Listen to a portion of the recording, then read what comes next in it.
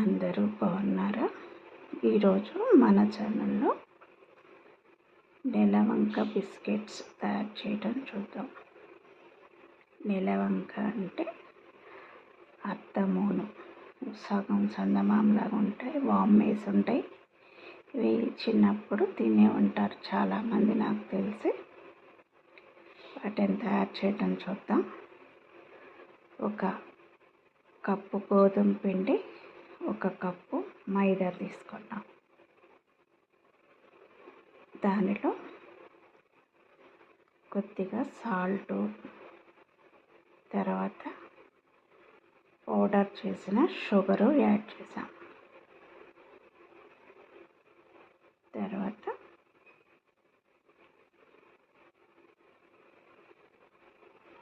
ఈ రెండు షుగరేను,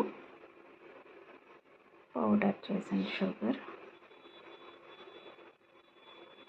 దానిలో సోడా ఉప్పు యాడ్ చేస్తున్నాం.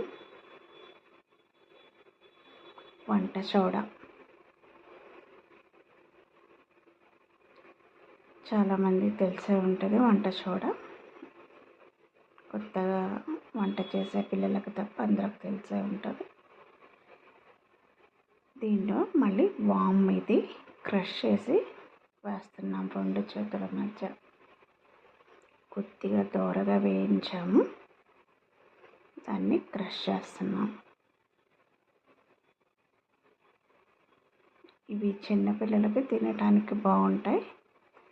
ఇవి రెడీమేడ్గా ప్యాకెట్స్ దొరుకుతాయి, అవి తెచ్చి కూడా వేయించుకోవచ్చు తయారు చేసినవి.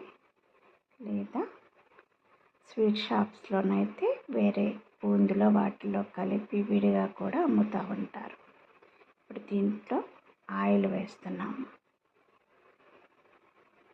వాము వేసాక ఆయిల్ వేస్తున్నాం. ఇంకా నెక్స్ట్ అంతా మన చపాతీ పిండి కలుపుకున్నట్టే ఆయిల్ వేస్తున్నాం. ఇవి ఎంతమంది తిన్నారో చిన్నతనంలో కామెంట్ చేయండి.